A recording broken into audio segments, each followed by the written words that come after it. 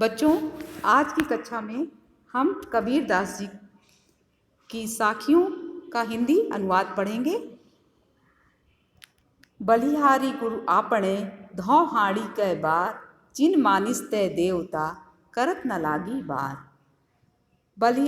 आपणे मतलब आपने, धो मतलब दूं, हाड़ी मतलब देह या शरीर, कै बार मतलब कितनी बार, मानिस मतलब मनुष्य, तय मतलब से, बार मतलब देर। प्रस्तुत साखी में कबीर दास जी कहते हैं कि मैं उन गुरु पर न्यौछावर हूँ और अपना शरीर बार बार उनको अर्पित कर देना चाहता हूँ, जिन्होंने मुझे अविलंब मनुष्य से देवता बना दिया। अर्थात अपने ज्ञान के द्वारा मनुष्य से देवता बनाने में जिन्होंने तनिक भी देर नहीं लगाई। सतगुरु की महिमा अनंत, अनंत किया उपकार, लोचन अनंत उघाड़िया, अनंत दिखावण हार। सतगुरु मतलब अच्छे गुरु की, अनंत मतलब अपार, उपकार मतलब उपकार, लोचन अनंत दिव्य दृष्टि, उघाड़िया मतलब खोल दिया, अनंत अनंत सत्ता या प्रभु का विराट स्वरूप। सदगुरु की महिमा का वर्णन करते हुए कबीर दास जी कहते हैं कि सदगुरु की महिमा अपार है। उन्होंने मुझ पर अनेक उपकार किए हैं। उन्होंने मुझे दिव्य दृष्टि प्रदान की और अंततः ब्रह्मा के दर्शन कराए हैं, अर्थात भगवान की अनंत सत्ता के विराट स्वरूप से परिचित कराया है। दीपक दिया तेल भर, बाती दई अघट, पूरा किया बिसाहुणा, बहुरी नावों हट। दीपक मतलब शरीर रूपी दीपक, तेल मतलब प्रेम रूपी तेल, बाती मतलब ज्ञान रूपी बत्ती, अघट मतलब अक्षय, बिसाहुणा मतलब क्रय विक्रय, बहुरी मतलब फिर, हट मतलब हाट या बाजार। इस साखी में कबीर दास जी कहते हैं कि गुरु ने शिष्य के शरीर रूपी दीपक को ईश्वर प्रेम रूपी तेल से भर दिया है और उसमें ज्ञान रूपी अक्षय अर्थात कभी भी समाप्त ना होने वाली बत्ती डाल दी है। उसकी ज्योति से ही जीव की सांसारिक वासना समाप्त हो गई, अर्थात सांसारिक भावनाओं का क्रय और विक्रय समाप्त हो गया। परिणामतः जीव को आवागमन के चक्र से मुक्ति मिल गई और इस तरह से उसे अब मोक्ष प्राप्त हो गया। बूढ़े थे पर उबरे, गुर की लहर चमक, भेरा देखा जर जरा, उतर परे फरंग। बूढ़े मतलब डूब चुके थे, उबरे मतलब बच गए, लहर मतलब कृपा रूपी तरंग, भेड़ा मतलब बेड़ा या नाव, जर्जरा मतलब जीर्ण शीर्ण या पुराना, फरंग मतलब फड़क कर, उछल कर या कूद कर। इस साखी में कबीर दास जी कह रहे हैं कि गुरु की कृपा का वर्णन करते हुए हम तो भव सागर में डूब ही गए थे।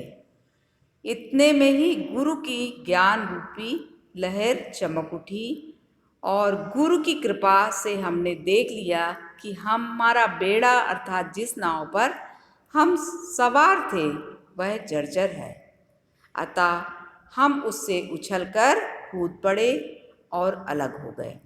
इस प्रकार गुरु द्वारा प्रदत्त ज्ञान के कारण हमारा सांसारिक मोह समाप्त हो गया और हम भवसागर से पार हो गए। चिंता तो हरि नाम की और न चिंता दास, जे कुछ चितवै राम बिन, सोई काल की पास। चिंता मतलब चिंतन, नाव मतलब नाम, चितवै मतलब चिंतन करना, पास मतलब पाश या फंदा या बंधन। साखी में कबीर दास जी कह रहे हैं कि हरि के सच्चे सेवक का ही चिंतन करते हैं, वे किसी अन्य वस्तु की चिंता नहीं करते। क्योंकि वे इस बात को भली भांति जानते हैं कि ईश्वर का स्मरण करने के अतिरिक्त और सभी प्रकार के चिंतन मृत्यु के समान बंधनकारी हैं।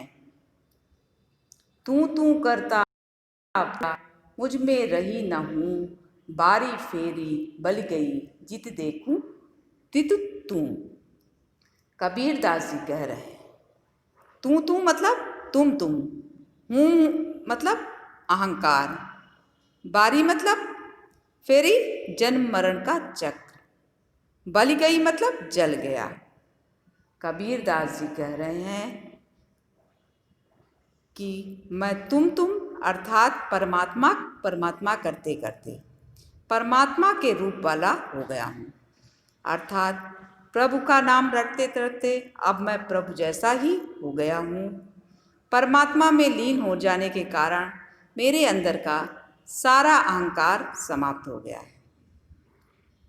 परिणाम स्वरूप मेरे लिए जन्म मरण का चक्र भी समाप्त हो गया है, क्योंकि अब जब मैं जिधर देखता हूँ उधर तुम ही तुम दिखाई देते हो। अभिप्राय यह है कि प्रभु का स्मरण करते करते भक्त ने परमात्मा का रूप ग्रहण कर लिया है। अब उसे संसार में चारों ओर परमात्मा के ही दर्शन होते हैं। कबीरा सूता क्या करे, काहे न देखे जात, जाके संग तय भी छुड़िया, ताही के संग लागी। सूता मतलब सोता हुआ, बिछुड़िया मतलब अलग हो गया। कबीर दास जी कह रहे हैं कि हे जीव या हे आत्मा, तू मोह निद्रा में क्यों पड़ी हुई है? क्योंकि तू मोह निद्रा के कारण ही वास्तविक तत्व को नहीं देख पा रही है, अर्थात तू ज्ञान का प्रकाश प्राप्त करने के लिए अपने दुखों का भगवान से निवेदन क्यों नहीं कर रहा है?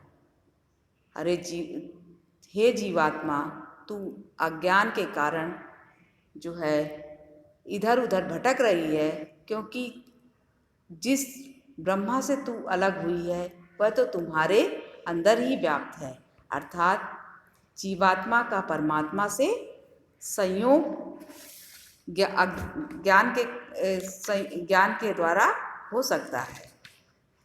अब बच्चों, इन साखियों का अनुवाद इस प्रकार से था। तो इसमें आपको 5 प्रश्न आते हैं।